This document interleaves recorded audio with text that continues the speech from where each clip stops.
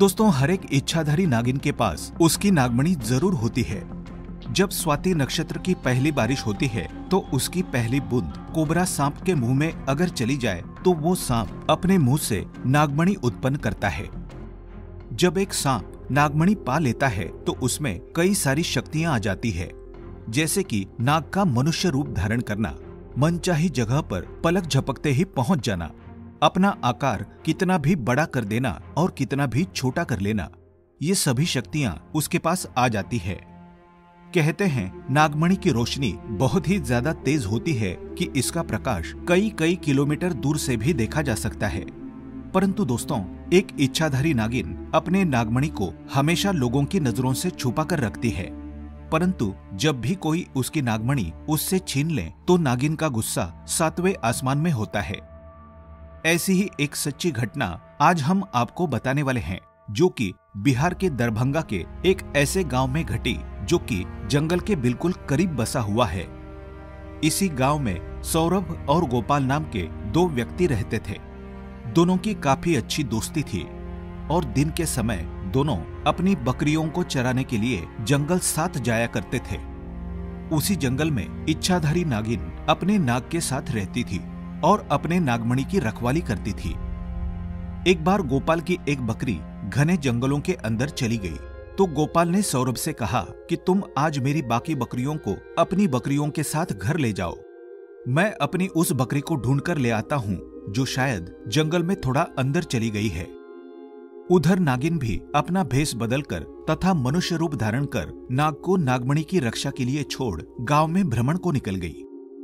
जब गोपाल अपनी बकरियों को ढूंढता हुआ उस जगह पहुंचा जहां एक पेड़ के नीचे बने बिल से तेज रोशनी आ रही थी, उसे लगा कि कोई कीमती हीरा या फिर आभूषण उसके नीचे हो सकता है, तो उसने उस पेड़ की टहनी को तोड़ा और एक बड़ा सा डंडा बना दिया और उस बिल को जोर जोर से मारकर तोड़ने लगा।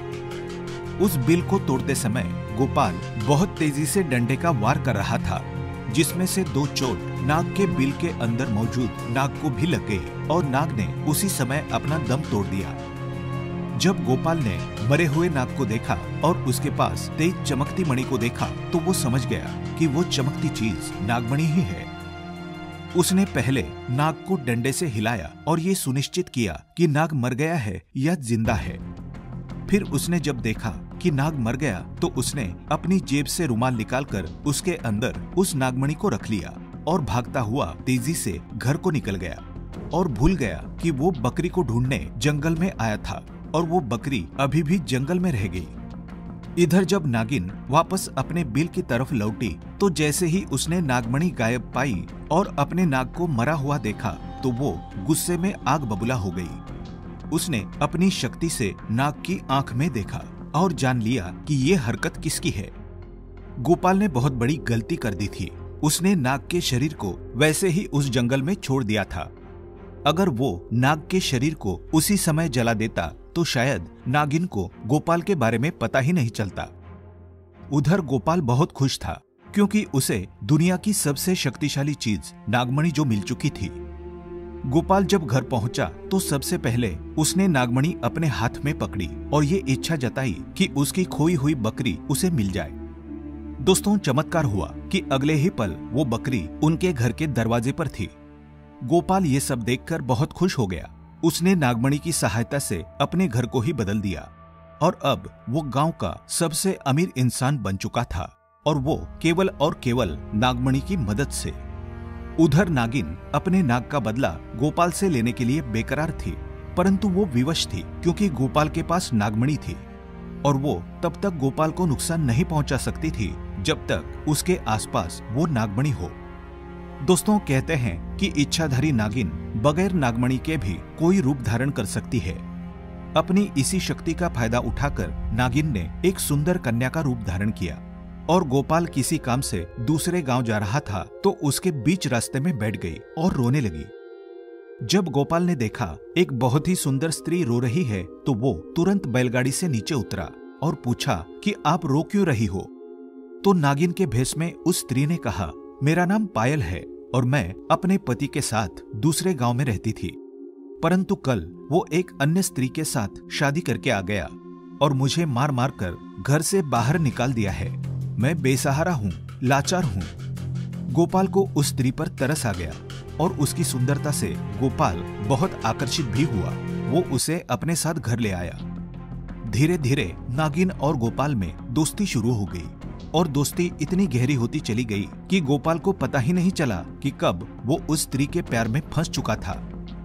एक दिन गोपाल और पायल यानी वो नागिन दोनों घूमने के लिए गए और एक जगह एकांत पाकर पायल ने गोपाल से पूछा, तुम्हारे गले में ये चमकती सी चीज क्या है? तो गोपाल बोला, कुछ नहीं, एक साधारण सा आभूषण है। मुझे बहुत अच्छा लगा, इसलिए मैं इसे गले में पहनता हूँ। दोस्तों, ये वही आभूषण था जो नागमणि के नाम से पुकारा जाता है। तब पायल बोली, क्या तुम कुछ समय के लिए मुझे ये दिखा सकते हो? क्योंकि मुझे इसकी चमक बहुत भाती है। मैं देखना चाहती हूँ कि आखिर मेरे गले पर यह कैसा लगता है। इस पर गोपाल चिल्लाते हुए बोला, नहीं, मैं तुम्हें ये नहीं दे सकता। इसके बदले तुम कुछ भी मांग लो, मैं तुम्हें दे दूंगा। इस पर पायल एकदम से गुस्सा होकर बोली, गोपाल, तुम तो कहते हो कि तुम मुझे अपनी जान से भी अधिक प्यार करते हो और मैंने बस एक तुम्हारे गले की ये माला क्या मांगी? इस तुच्छ सी चीज के लिए तुम मुझे मना कर रहे हो और मुझ पर गुस्सा कर रहे हो। रहने दो, मैं जानती हूँ कि तुम्हारे लिए मैं ज्यादा मायने नहीं रखती। परंतु गोपाल ने फिर ना चाहते हुए भी अपनी वो माला निकाली और पायल को देते हुए बोला, ठीक है, कुछ समय के लिए तुम इसे पहन सकती हो, परंतु ध्यान से। पायल के हाथ में जैसे ही वो नागमणि आई, पायल का रूप एकदम से बदलने लगा। केवल एक पल में ही पायल एक सुंदर कन्या से भयानक कन्या के रूप में परिवर्तित हो गई। उसका चेहरा बिल्कुल नागसा हो गया और उसने कई बार गोपाल को डसा और डस डस कर उसे मार डाला। नागिन का इंतकाम पूरा हो चुका था। उसने अपने नाग का बदला ले लिया था। तो दोस्तों, कभी भी एक नागिन के नाग को नहीं मारना चाहिए और साथ ही नागिन की नागमणि को भूल से भी नहीं छूना चाहिए, अन्यथा वो नागिन 7 जन्मों तक उस व्यक्ति का पीछा करती रहती है। फिलहाल इस वीडियो में इतना ही। ऐसे ही इंटरेस्टिंग और नॉलेजेबल वीडियो देखने के लिए चैनल को सब्सक्राइब कर लें और वीडियो को लाइक और शेयर भी जरूर कर दें। मुझे दीजिए इजाजत। जय हिंद, जय भारत।